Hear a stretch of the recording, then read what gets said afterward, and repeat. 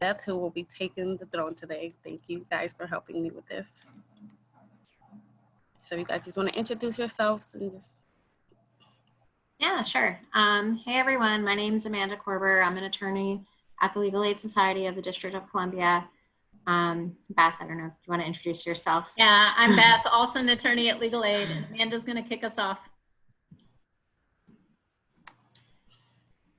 Okay, so I'll just go over a little bit of the different topics we're going to cover today. So I'll start off by talking about the current law on voluntary agreements. And also, in addition to this section being about what the current law on voluntary agreements is, it will also touch on kind of what the logic behind them was and why they were kind of created or exist in the first place. Then Beth will talk a bit about how they're actually used and how that differs from kind of what the vision of voluntary agreements was or is. And then we'll wrap up by just talking about what the Reclaim Rent Control Coalition's proposal is around voluntary agreements. And specifically, our ask in this area is pretty straightforward, which is to just eliminate voluntary agreements. So we'll talk more about why that is the ask. So what is a voluntary agreement? So a voluntary agreement is an agreement between the owner of an apartment building and 70% of the tenants that live in the building, and it is in rent controlled buildings. And so basically it is a contract between the tenants, between all the tenants, as long as 70% of the tenants agree, and the landlord.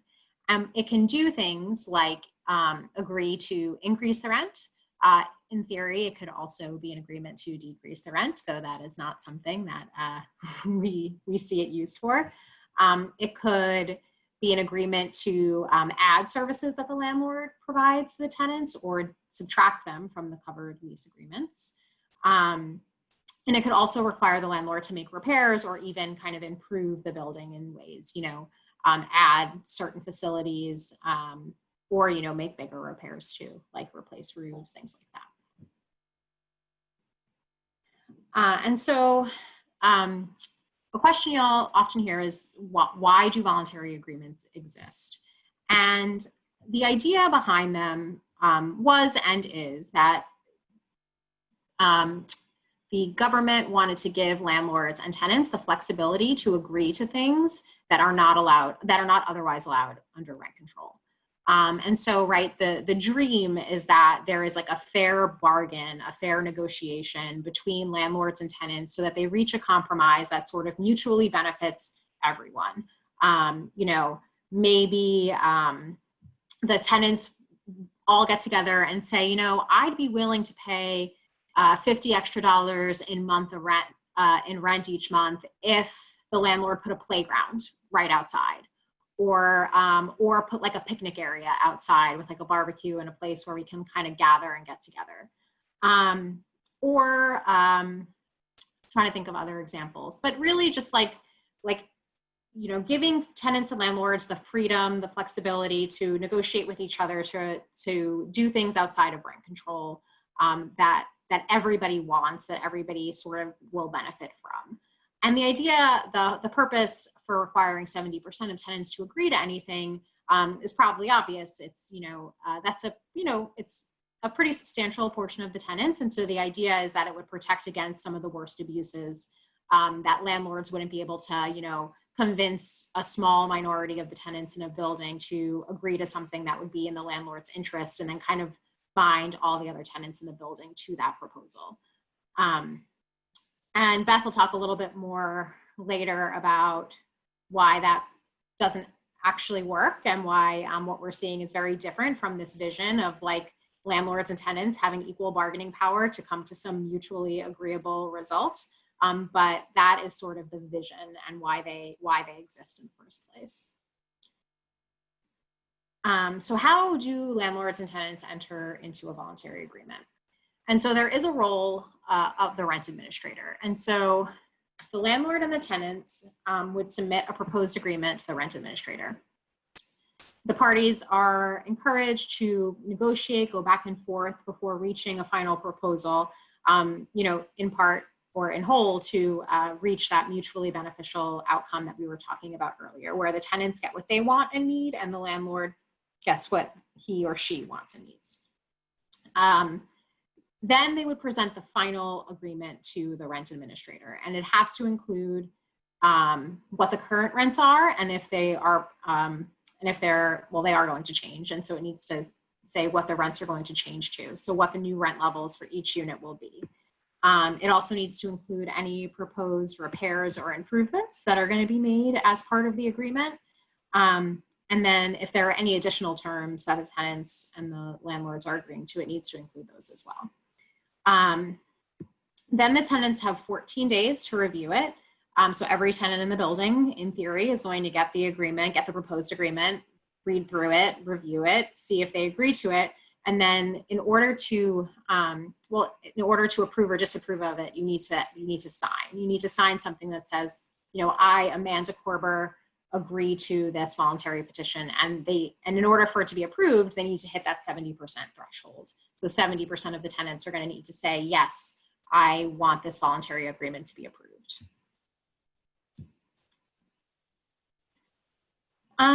And so Beth probably can talk about this a little better than I can, but what does the rent administrator do when they get this agreement? So after 70% of tenants approve the voluntary agreement, it goes to the renter administrator, who has final say over whether it is going to be approved or denied. And so the rent administrator, in some instances, the rent administrator's hands are tied. So if the agreement has the same percentage rent increase for each of the units, the rent administrator does not have a choice. It needs to be approved.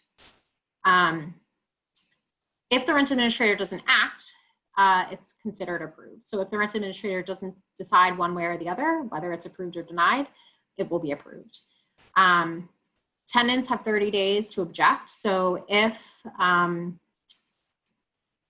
after it's submitted to the rent administrator for final approval, there are tenants in the building who think there is something wrong with the voluntary agreement, they think there was something wrong in the process, they're unhappy with it, they can submit objections to the rent administrator and explain why they object to it.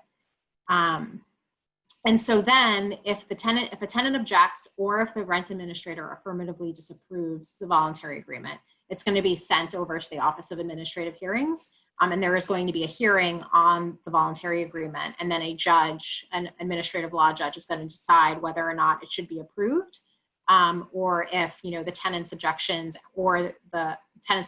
should, were correct, and if it should be disapproved, or if the rent administrator's disapproval was correct. And so that is the, yeah, go ahead, Beth. Well, I was going to say, I will just add that if you are thinking from what Amanda said or what's in this slide that doesn't make, like, there are contradictions in the law, there are. And so, we'll talk a little bit about, there have been some efforts to reform voluntary agreements, but some of them have been about these issues, that it says they have to approve it, or it's automatically considered approved, and then it also says tenants can file objections. And I know years ago, Legal Aid had a case that me and some other attorneys worked on, where the tenants filed objections, and on the face of the voluntary agreement, they did not have 70% of the tenants saying yes. And it took 3 years to get it sent over to the Office of Administrative Hearings because of all this kind of confusion and mess. And actually, ultimately, the only way we got it over is we filed a separate tenant petition. Once that was at OAH and they realized there was a voluntary agreement, then they were like, oh, I guess we have to get them to send that over to them. And we were like, yeah, that's a great idea. And so, and that's kind of an extreme example, but I really think a lot of the confusion there was the rent administrator kind of saying, like, tenants don't usually object, and I don't know what to do with this. And that kind of business. It's very confusing. And and I will also say, and again, Beth, you definitely have more experience with this than I do.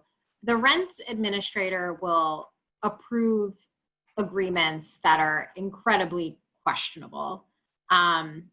I have, in like the last year, seen an approval for a voluntary agreement. It was like a conditional approval because the rent administrator noted that like all of the signatures on the, not all of them, but a lot of them that would have gotten them to the 70% were like on the wrong line, and the signature didn't match the name and the phone number wasn't there. And instead of denying it, which to me seems like the very natural thing to do when like the critical thing that is necessary to get a voluntary agreement, 70% of tenants, is like on its face not there, it was just conditionally approved with like a note to the landlord to like, hey, go clean up these signatures. And so I think a lot of voluntary agreements that shouldn't get through this process slide through very easily, and especially when tenants don't object, which is most of the time.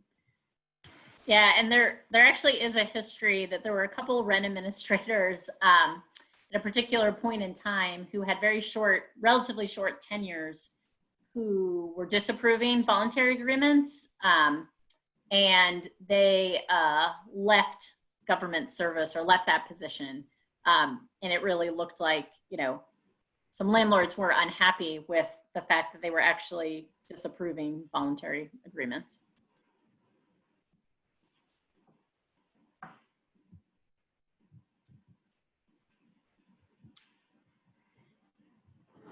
So when can a rent administrator disapprove an agreement? So a rent administrator may disapprove if there is substantial evidence of harassment, intimidation, coercion. Basically, does it look like the tenants, the 70% of tenants who signed onto this voluntary agreement, does it look like it wasn't actually voluntary?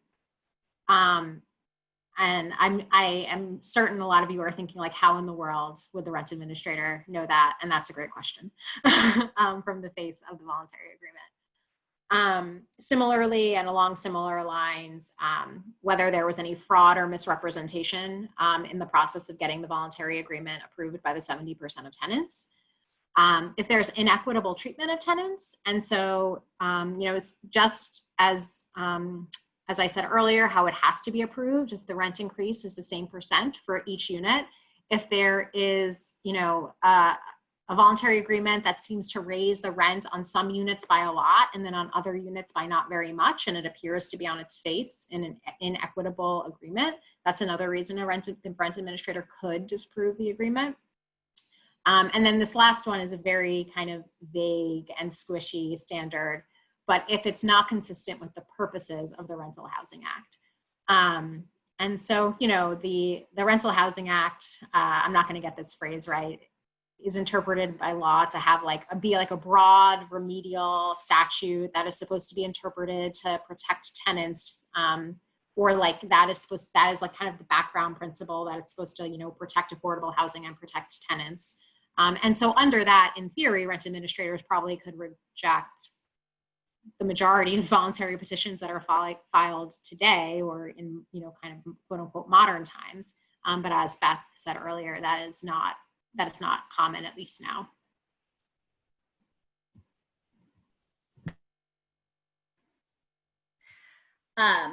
Okay, I didn't, yes, okay. I wanted to make sure I flipped kind of quickly. I was like, did I flip past the slide? So I'm going to talk a little bit about kind of what we see with voluntary agreements.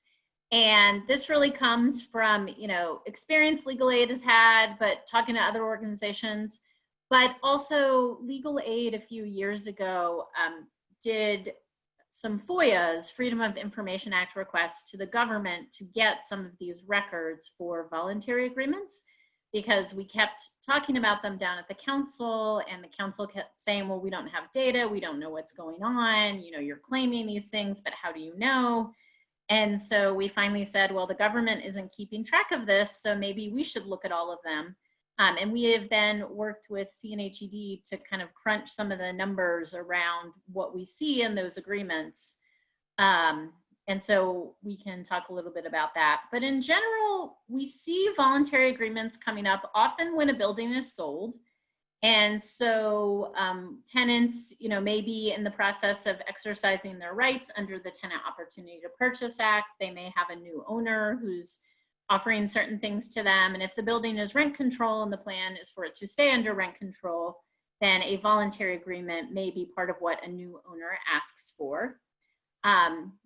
It also sometimes comes up when an owner is threatening they're going to file some other type of petition. And so I think many of you who are with us today probably know this, but the rent control law has limits on annual rent increases, and compared to these rent increases, relatively small vacancy increase that can be taken, but otherwise landlords have to petition under very particular circumstances to ask for a rent increase. And as Amanda said, the voluntary agreement is an exception to that. Sometimes owners will say, well, I need a rent increase, and if you don't do that, I'm going to file this type of petition, and they might say for an even larger rent increase or what have you. And what's interesting about this, kind of the context or the circumstances, is, of course, you would think if you're trying to determine some of these things on the prior slides, you're trying to figure out, is there duress, is there harassment, is there coercion or intimidation? You might want to know, right, what are the circumstances around this? Are there other agreements that are being made on the side that I don't have in front of me? Is there something else that the landlord has said they will do if they don't do this? But there's no requirement that any of that has to be disclosed to the rent administrator. And so I think, especially from looking at a bunch of these agreements, and I should say we requested agreements going back to 2006, because that's when the last time the rent control law was really changed, and we started to see some new practices come up among landlords. So we went back that far through we have some from 2020 even, but through 2019, we've analyzed the agreements. And you see a lot of agreements where landlords, it will be in a situation where tenants are exercising their TOPA rights. There might be what's called a development agreement, which is the agreement between the new owner and the tenants. And the landlord may file all of that with the rent administrator. And sometimes the rent administrator asks for more information. But you also see situations where landlords don't file anything beyond the minimum required information. And you see situations where the rent administrator just approves things. And then also, and this really goes back to, Amanda's comment earlier, even when the rent administrator is pointing out, I need more information, or there's this deficiency, typically in the end, the agreement is approved. Even if they ask for more information, it usually doesn't seem to make a difference in the decision that the rent administrator makes. So looking at these more recent agreements, what we've seen is that many of them, it's about 60% of the units covered by the agreements that have been filed since 2006 involve this kind of scenario. So the landlord goes to the current tenants in the building, and the landlord says, look, I want you to agree to high rent increase. They're often 100% or more, so doubling the rent or more, but I'm not going to make you pay it. If you leave your unit at some point, new tenant moves in, I'll charge them the higher rent, and then I will make some improvements. And often the agreement actually will say, I'm going to make kind of repairs to the units, which is already required by the law. But in terms of kind of upgrades, renovations, I'm only going to do that for the new tenants. I'm not going to do it for you current tenants because I can't afford to, because you're not going to pay the rent increase. I'll upgrade the common areas. And so the current tenants aren't getting that much out of the voluntary agreement, often beyond repairs that are already required. But, they also don't have to pay the rent increase. And so tenants, for I think very understandable reasons, especially if the landlord's threatening them with something else, will agree to these very high rent increases that they're never going to have to pay.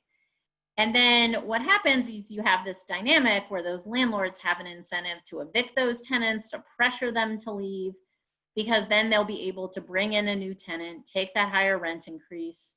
If it's a unit that they want to kind of renovate so they can keep getting higher rent in the future, once the tenant's out, they'll do those renovations and then flip it around to a higher rent and a higher paying tenant. And I will say I had a case, it's been longer than I want to admit right now, maybe 5 years ago even, in a building where we saw this happen, and there were actually 2 different hardship petitions filed. There was one filed and then ownership changed, and they filed a second one. And then this was a settlement agreement, but it was the equivalent of a voluntary agreement. The owner basically said to the tenants, I'll do this deal. You won't ever have to pay these rent increases, but I want you to agree that both hardship petitions go into effect, even though that would never be allowed under the law technically. And the rent increases were, you know, between about 65% and 100%. And I've been in touch with tenants in that building. You know, by the time we kind of had organized and were at the end of the case, about half of the units were already vacant. And talking to tenants now, a few years later, many of those tenants who were there when we negotiated the deal have left. They've been evicted, they've, you know, left because of poor conditions and so on. And, you know, they did not get the upgrades to their units. So what does this look like? We have some fun graphics here. So, you know, this is a building that you might imagine is under rent control, and the voluntary agreement is going to be offered. And so rent control buildings tend to be older buildings. They often do need repairs. They've been neglected over the years, but they're affordable, relatively speaking, because of rent control. And often the tenants in these buildings are Black, Latinx residents. They have low and moderate incomes. You know, they have been in the district or in their building for a number of years. And so, especially if that building is in a neighborhood where the rents that are being charged under rent control are below market rents, the landlord, you know, typically looks at that situation, new owner or the current landlord, and says, I can come in, I can renovate this building, I can get a lot higher rents if I can just figure out how to get around rent control. Rent control is the problem, but I could otherwise put some money in this building and get it all back by renovating the units and charging a much higher rent. And so the landlord then offers this type of voluntary agreement, right? I'm gonna make some repairs, I'll provide some new things in the common areas, I'll renovate the units for the new tenants, and ask the tenants to agree to 100% rent increase, but says you won't ever have to pay it. And then you see those incentives start where the landlord wants to get rid of those current tenants.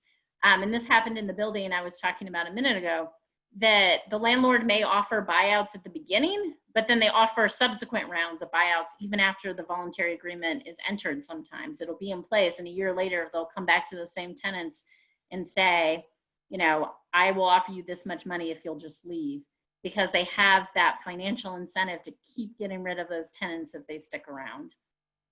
And so, and I should have pointed out the thing about this graphic. So, you know, it starts off with all these units that are affordable, and then you see the units are becoming vacant. And so then where you end up is this building that's been fixed up and has higher income tenants, and they actually have renovated and so forth. And at the end of the day, there are very few of those affordable units left because there are very few of those original tenants left in the building.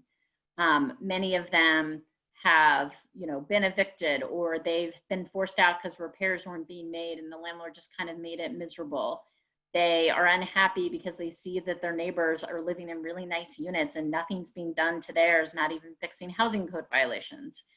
You know, and the whole kind of feeling of the building also changes as a community. I think is something worth thinking about in these buildings is just the makeup of the building changes and the feeling of the building changes as a result. And so you end up with this building that's just very different after a relatively short period of time. And rent control still applies to these buildings, but you'll often hear us say kind of, for all practical purposes, rent control doesn't apply. Because if a landlord takes 100% rent increase, gets approval to take 100% rent increase, or even higher sometimes, it doesn't matter that rent control is there. They can take the building up to whatever market rent is. And something else we've seen in some of these voluntary agreements, if you look at them, there will be rent increases of 200 or 300 or 400%. And what it looks like the landlord is planning to do is actually take those increases over time. So they get approval to charge $4,000 a month for a one-bedroom unit in one of these buildings, and they gradually bring it up from 1,000 to 2,000 to 2,500 to 3,000, you know, kind of as they can. And they've already gotten approval under rent control to take it all the way up. And we think all of that is illegal under current law, but a lot of landlords think it's perfectly fine. And so that's part of what we've seen in some of these agreements.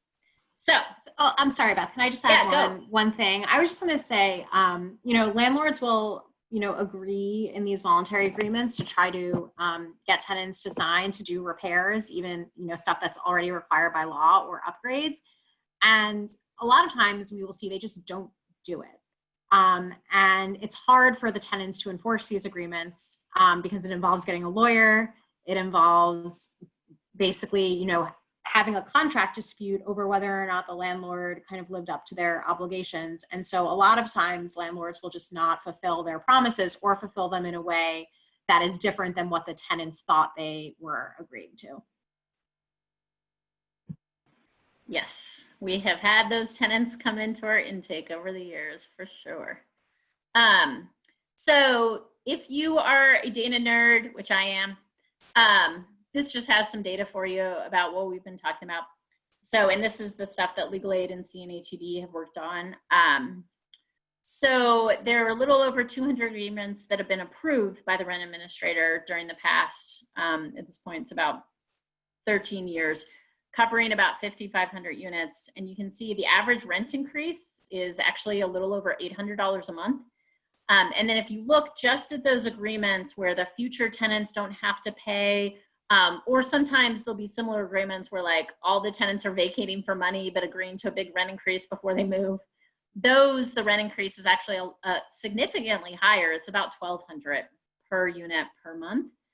And then we decided to look at this and just pick some levels of rent to say like how many units were lost, meaning the rents are now far above this level, that were apartments that were renting for less than $800 a month. And then also units that were between $800 and $1,200 a month.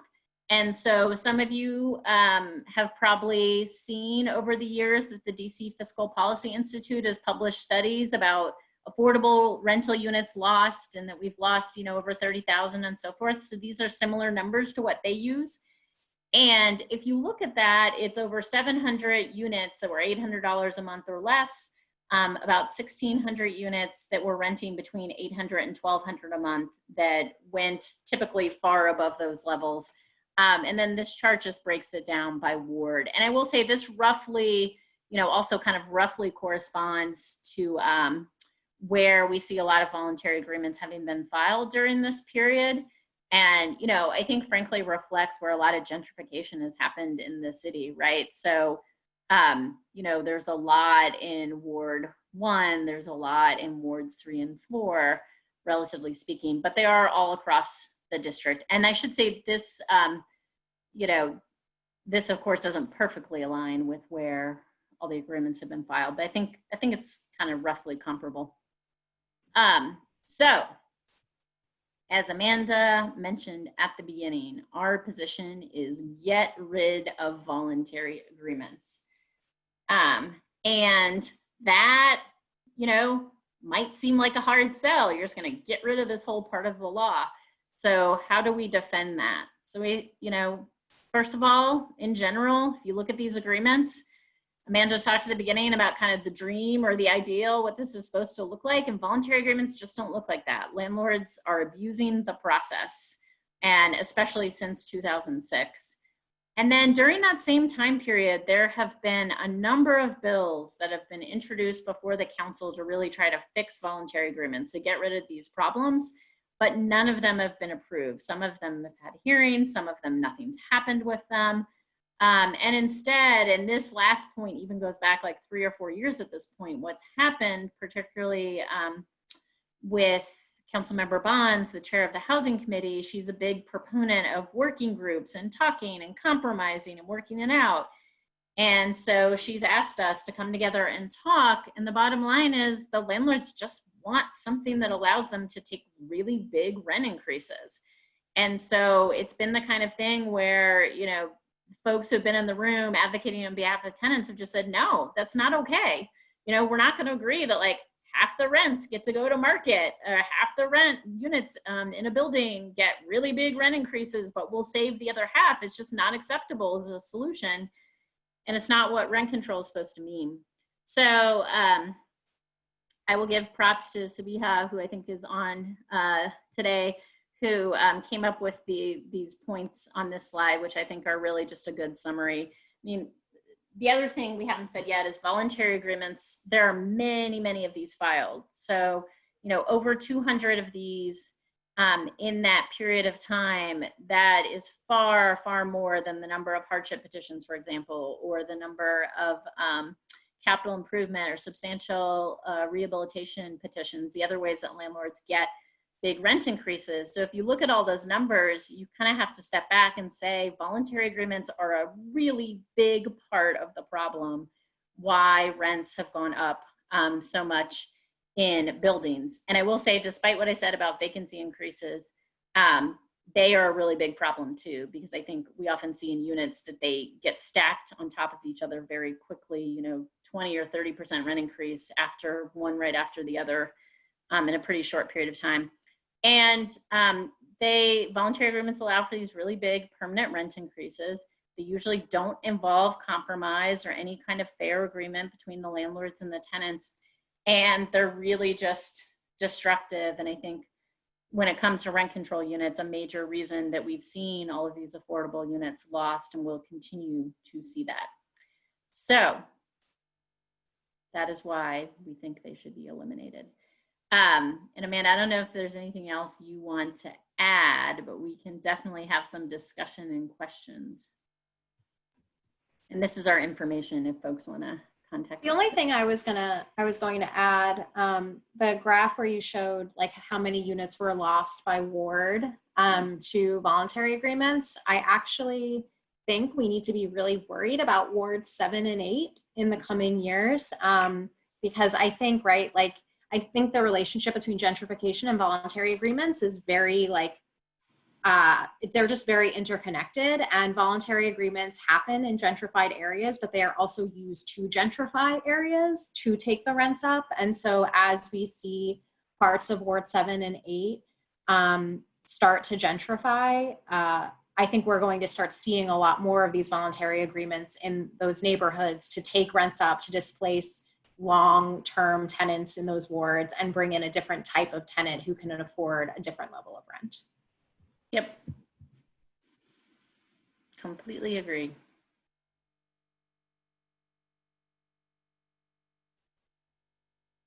I can't see who all is on, but do folks have any questions, or those of you who are on who maybe have worked with tenants or have seen one of these as a tenant, if anybody wants to add to the discussion? I guess I could just say that when I was working with, it must have been around 2007 that when they really started the voluntary agreements, right? And I think it was just interesting because my impression at the time, when I was doing tenant organizing primarily in wards 1 and 4, was that a crafty attorney, and I think I know who, but I won't say just in case I'm wrong, but just had the idea like that instead of really doing these voluntary agreements where, you know, tenants would be agreeing to a rent increase, you know, for some sort of amenity, they could then pass that rent increase on to future tenants, right? And I think that was like one attorney who got that idea and realized, oh, we can tell people, don't worry about it. Your rent isn't going to go up. This is just going to affect future tenants. And we're going to do these nice things like fix the peeling paint and get rid of the infestations, all things that are totally legally required already, but that people really wanted. And that they were able to pass it off that way. And that's when we saw this like huge boom in voluntary agreements, right? Like I hadn't seen even one before then, I think. And then when this, maybe I'd seen one or two, but then when this idea came that they could just pass the rent increase off to future tenants, they really started to boom. And since then, I mean, it's always been a question of, is that even legal, right? Can some tenants like trade away rent control for future people? And 100% it is not something that any tenant I've talked to has ever wanted to do, right? You know, people feel very conflicted about it, but feel very pressed that it's something that they have to do for conditions, and usually often, right, not to get a hardship petition, as you said, or to avoid some other consequence. And also, frankly, to preserve whatever relationship they have with their landlord, right? Who's probably harassing them, knocking on their door, really trying hard to get every person to sign it. I also think in a lot of these buildings, particularly the ones with Latinx residents, oftentimes these things aren't going to be translated, and somebody will just sort of come and I think in the one that I looked at recently, that's exactly what happened. The one where the signatures were kind of all wonky. I think the residents had next to no idea what they were signing. And that they were given some like very basic, quick description and then just asked to sign, and a lot of them just did. Yeah, I'm thinking particularly of a building I worked with on Upper Georgia, and I got called in after it was signed. So it's like probably an 80-unit building, Latinx folks, and it was not translated. What people thought they were signing was something like basically allowing for repairs to happen in the building. So, you know, the landlord or his like associates, which might have even just been the maintenance guy, right? Who probably himself didn't understand what was going on, just went around. We're like, oh yeah, just sign this. It means that we can make some repairs. It means that we can fix things up. And don't worry, your rent isn't going to increase except for rent control increases. And that was true, right? Except they left out this huge portion about that the rents in the building would be skyrocket. And the limits that they put, yeah, as you all were saying, were just so high, it essentially took it out of rent control. But for 100% people just didn't know, and they thought they were signing something really innocuous. And luckily that was, I think, during one of those terms where there was actually a rent administrator who was paying attention. So. Yeah, I mean, you know,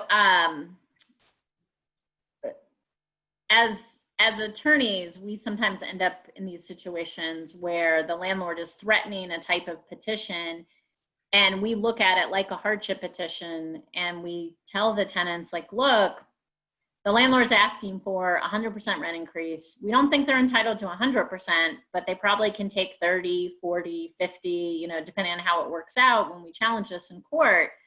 And so then the tenants are facing, well, you can fight and get a 30, 40, or 50% rent increase that you can't afford. Or you can do one of these agreements and you won't have to leave. And, you know, we have these discussions, as Farrah is saying, about who lives in this building is going to change. And, you know, sometimes it's happening in neighborhoods, like the building I was talking about was in Ward 5. And I mean, the tenants saw all the white people moving into the neighborhood and knew what that meant, right? If the rents changed on some of the units. But also that there's going to be this terrible dynamic where the landlord's probably going to want to get you out. And it's a really hard decision for them. But for those tenants, if they're facing realistically a rent increase and they're going to get evicted, you know, even best case scenario, when with a lawyer they win because the rent control law is unfair in all these other ways, you know, understandably, they want to preserve their housing. And when we go down to the council, that is what the folks who support these voluntary agreements say, is we need to protect the current tenants. And of course, there's a lot of value in trying to prevent tenants from being displaced from their homes. But the problem is there aren't going to be units left for anybody to live in if this process continues, right? And so, yes, maybe some tenants will be able to stay until they're ultimately pressured or evicted or what have you. But, you know, in the end, all of those affordable units are just disappearing, which is a problem for everyone. So we, I believe, are recording this session. Is that right, Eliana? So it will be available as a video with the slides. We can definitely share the actual slides as well. So that was a question in the chat box. And then Sabia was asking about, can we talk about cash buyouts? I will say something, but then I wonder if you want to say something too.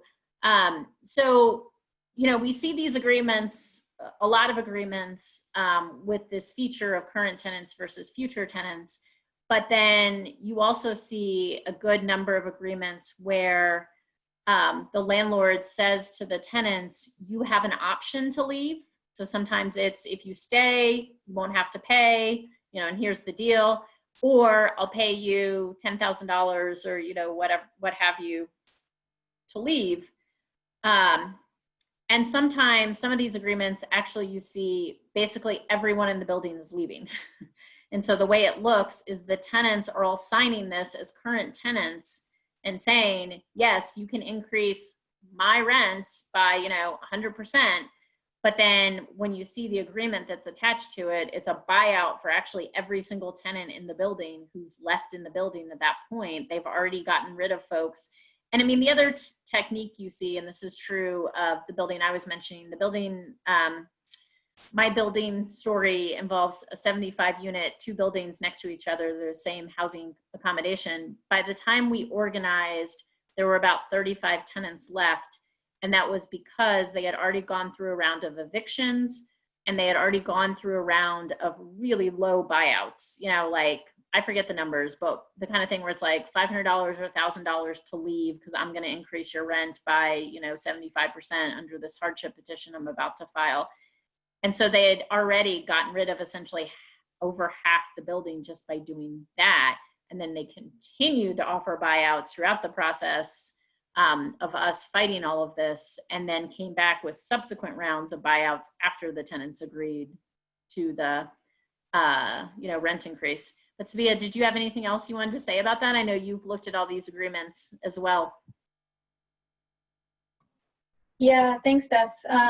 No, I mean, just from the VAs, we can tell, I guess, buyouts are considered a form of rent concessions. And I think preliminarily we've seen that this is really common in voluntary agreements. And then also we've seen that oftentimes when rent concessions or buyouts are involved in the voluntary agreement package, that the rent increases are often higher compared to voluntary agreements that don't have rent concessions or cash buyouts as part of their process.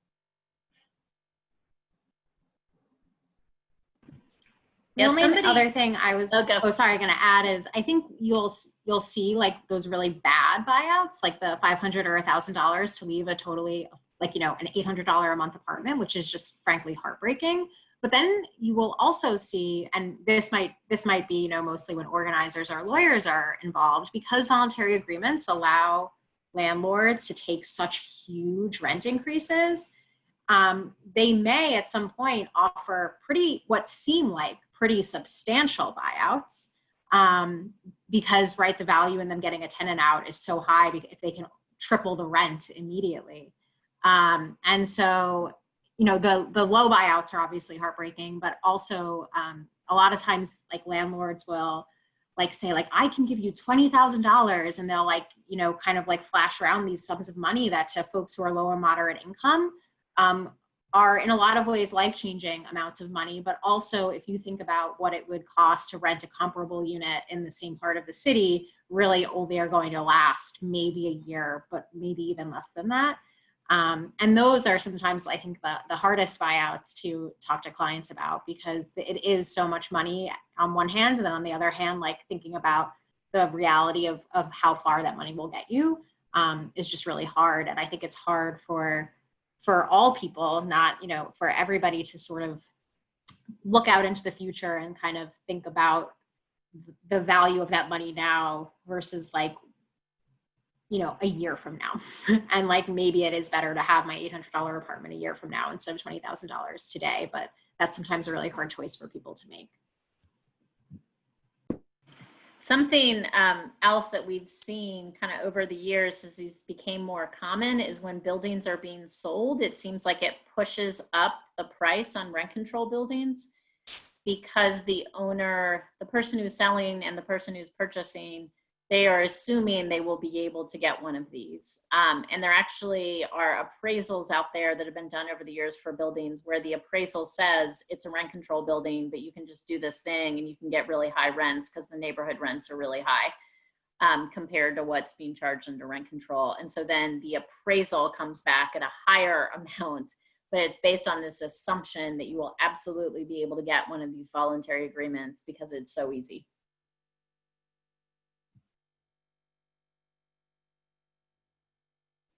Does anybody else have any questions or comments? So if anybody is joining us, I know Eliana's put in the chat box where to sign the petition online for the Reclaim Rent Control Coalition. And if you have not already done so, please do so. And we hope to have some more of these webinars about different types of petitions as well, and how landlords do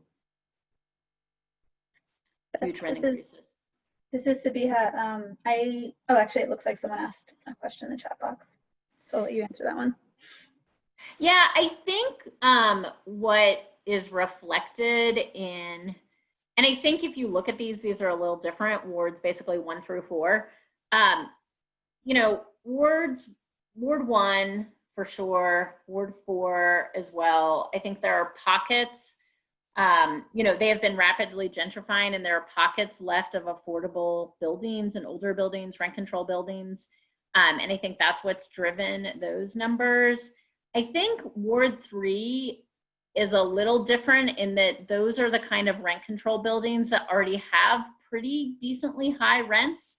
And you're just seeing basically like market escalation and kind of speculation behind the voluntary agreements. So, and what I mean by that is you might see like a building on Connecticut Avenue in, you know, kind of upper Northwest that the rents are already like $2,000 a month or close to $2,000 a month. And the voluntary agreement is pushing it to like $4,000 a month. And they are actually doing kind of fancy upgrades compared to, I would say, if you see these in, you know, Columbia Heights, maybe what they're promising in an older rent control building is like some cosmetic stuff, and but basically we'll renovate the units for new tenants who move in and make them fancy, you know, because that's one of these neighborhoods that's been really rapidly changing for a while now. Certainly during the time like Farah and I, for example, have been doing this work, you know, has completely changed as an area and continues to do so, right? Continues to be a pressure point to force out long-term tenants with affordable rents.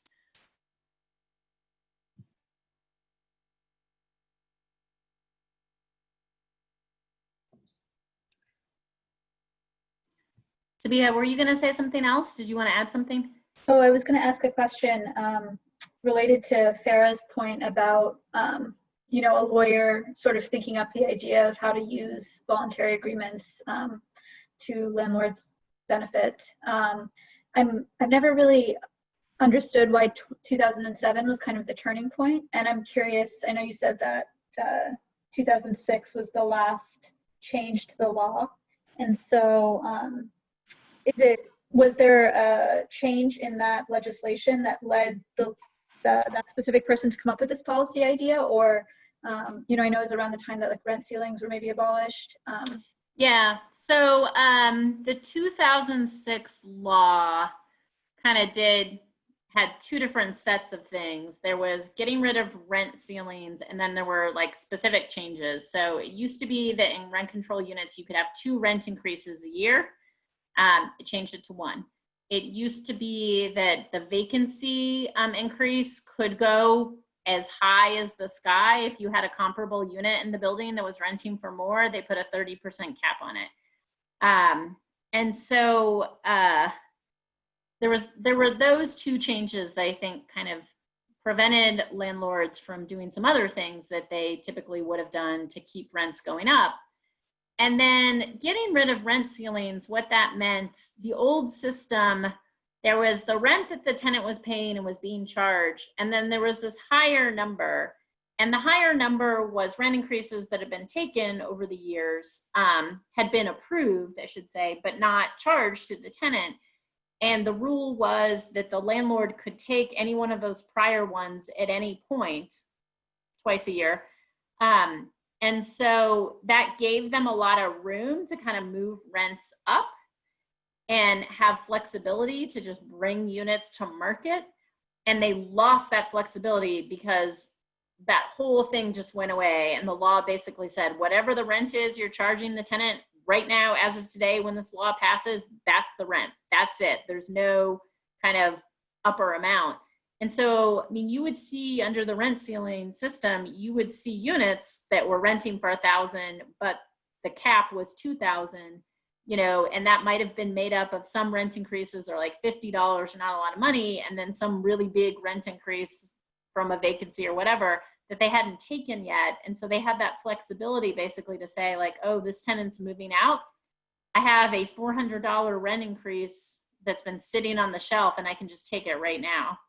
And so I don't know if I'm explaining that well, in part because it was a really confusing system, which is part of why the council decided to get rid of it, because you would move in and think like, my rent's $1,000. And then all of a sudden you'd get a really big rent increase and be really surprised.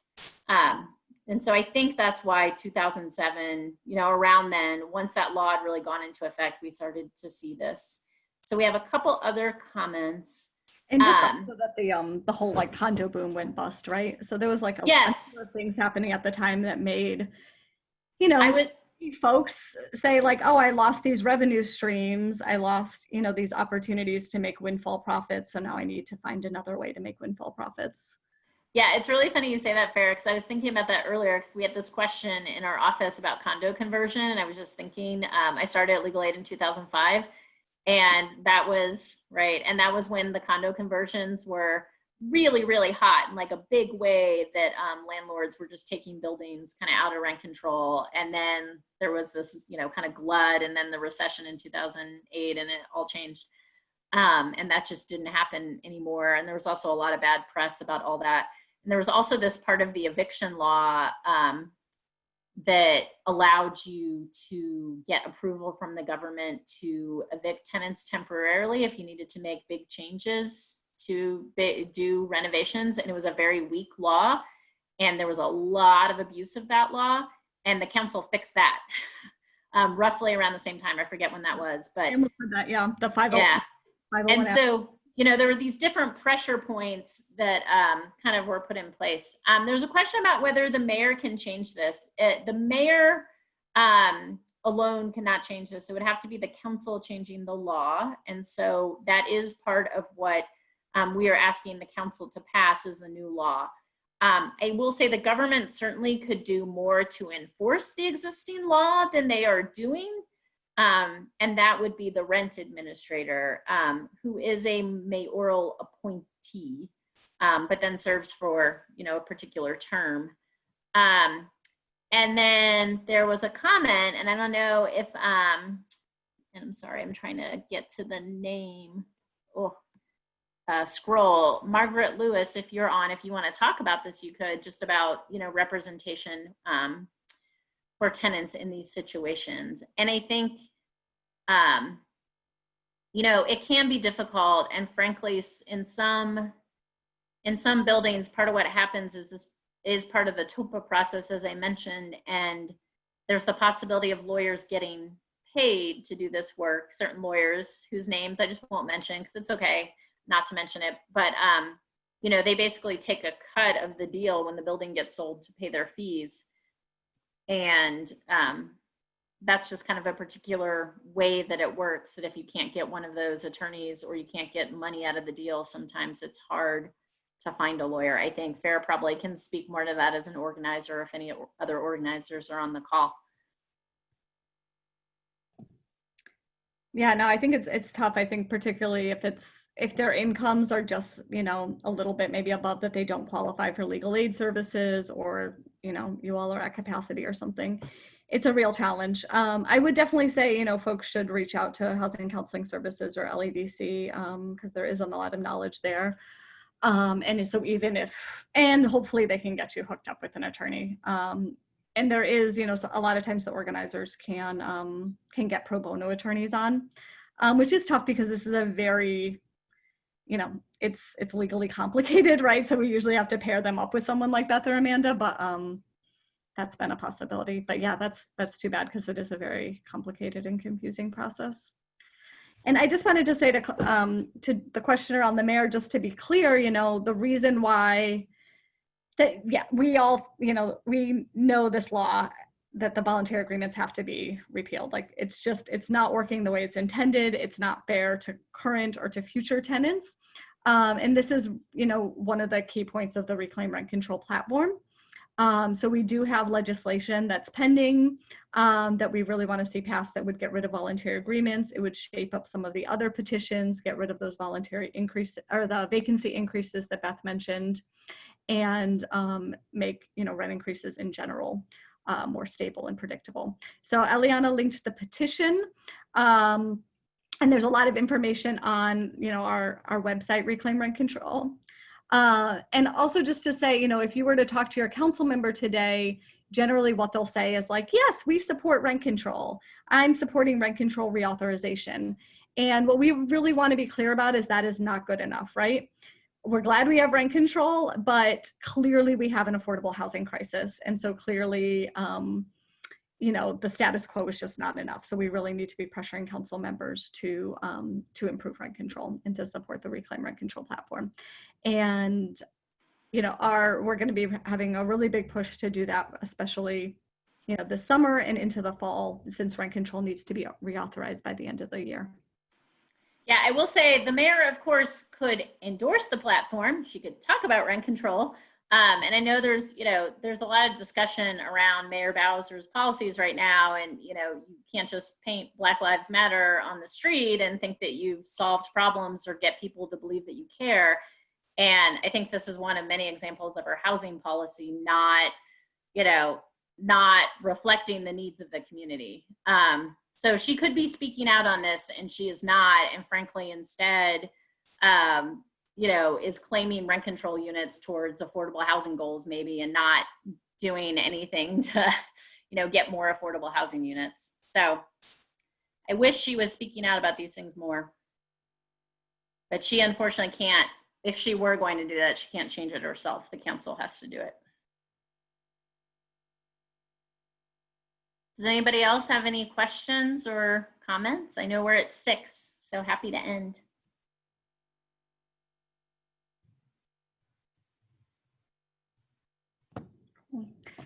Well, thank you both so much. Of And course. yeah, if you want, what we could do, we'll post on the Reclaim Rent Control website. We have a videos page, and we've been posting the videos from our training. So we'll post this, and we could post the slide deck there too, so that people could download it and check that out. So I will send it to you, Fair. Great. All right. Thank you, everybody. Good night, everyone. And I did see Eliana posted a bunch of links in the chat. So yeah, take a look. Thanks.